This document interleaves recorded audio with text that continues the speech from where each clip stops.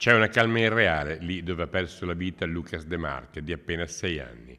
A togliergli la vita il muletto guidato dal padre Gabriele, 39 anni, nel cortile antistante l'azienda di famiglia. Il luogo è stato perimetrato e posto sotto sequestro da Spiser e forze dell'ordine.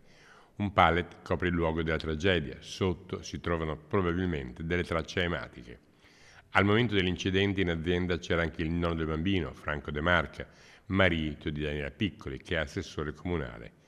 Poco dopo la tragedia e poco prima che arrivassero i nonni materni, per cercare di dare sostegno a Jennifer Angoletta, madre del bambino, e che lavora anche lei in azienda, è arrivata una zia paterna. Mi hanno chiamato per consolare la moglie di Gabriele, che non mi ha saputo, ho chiesto anch'io come erano andati i fatti, non mi ha saputo dire niente perché Sotto shock. sotto shock. Certo. E poi lei stessa mi ha detto: guarda che adesso arriva mia mamma, che sarebbe la nonna del bambino. Anche il nonno era dentro, non ha visto, erano 2 fratellini.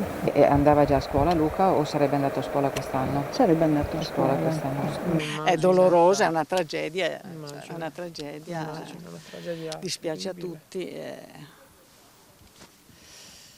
È terribile, terribile. Ora tutte le ipotesi sono al vaglio degli inquirenti che, cominciando dal racconto del padre, dovranno fare chiarezza su quanto accaduto, anche se parrebbe, dalle prime ricostruzioni degli agenti di polizia intervenuti sul posto, che il bambino sarebbe stato accidentalmente investito verso le 18:30 di ieri dal muletto guidato dal padre. Orario e dinamica esatta dell'accaduto sono comunque ancora in fase di accertamento.